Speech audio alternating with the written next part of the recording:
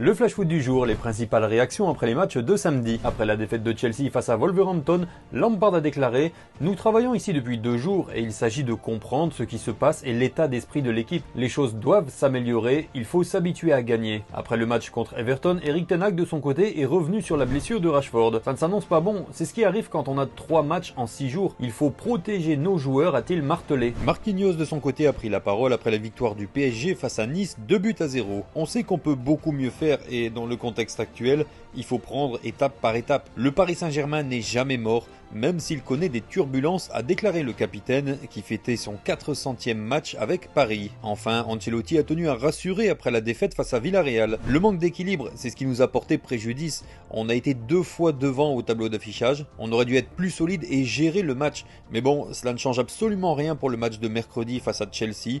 Ce sera totalement une autre histoire, a-t-il promis. Voilà pour les interviews d'après-match. Du côté du Napoli, Victor Osimhen veut aller encore plus loin et dévoile le nom de ses modèles. Pour être considéré comme l'un des meilleurs buteurs d'Europe, il faut passer par différentes phases. Je savais que j'avais les qualités pour atteindre ce niveau, mais il me fallait un environnement favorable et un état d'esprit positif. Des joueurs comme Drogba, Lewandowski, ça m'a fait rêver. Je devais trouver l'endroit où tout allait s'aligner pour moi. Cet endroit, c'est Naples. Et à vrai dire, tout ne fait que débuter pour moi, a promis l'ex-Lillois pour France Football. À Leicester, le nouveau coach est connu. Le journaliste Fabrizio Romano nous apprend que Jesse Marsch est en passe de trouver un accord avec les dirigeants des Foxes. Libre depuis son renvoi de Leeds en février dernier, le manager américain s'engage avec le champion d'Angleterre 2016. À voir s'il fera mieux qu'avec Leeds. À Chelsea, la rumeur Ancelotti démentie. Vendredi, le média ESPN a annoncé que l'entraîneur du Real Madrid, Carlo Ancelotti, était prêt à considérer un retour à Chelsea. Mais de son côté, Sky Sports assure que les Blues n'envisagent pas la piste menant au technicien italien. Malgré un immense respect pour le coach madrilène,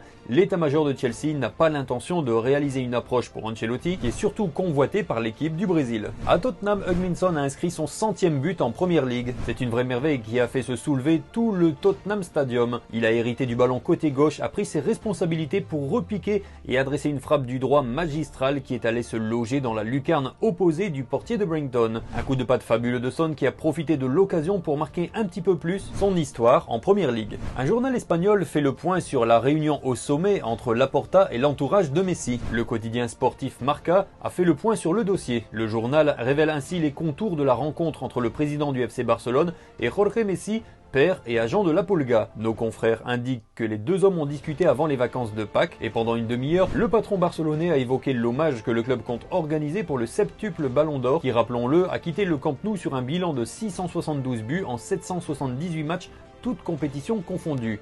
Il n'était donc officiellement pas question de parler d'un éventuel retour de Lionel Messi, en tout cas pour l'instant. Avec les jeunes du PSG, Ethan Mbappé marque et imite son grand frère. Lui qui a goûté un temps au groupe pro a retrouvé les U17 pour disputer du côté d'Amsterdam la Future Cup, compétition rassemblant plusieurs équipes de jeunes comme Chelsea, la Juventus et bien évidemment l'Ajax. Après une première victoire parisienne face aux Blues, le PSG et Ethan Mbappé ont brillé lors de la 2e rencontre contre Anderlecht. Une belle action collective conclut d'une frappe du gauche qui a permis aux frères d'Mbappé de faire trembler les filets avant d'imiter Kylian avec sa célébration signature. Le jeune attaquant a fait réagir l'Ajax Amsterdam qui a écrit que Ethan est comme Kylian, l'avenir nous le dira.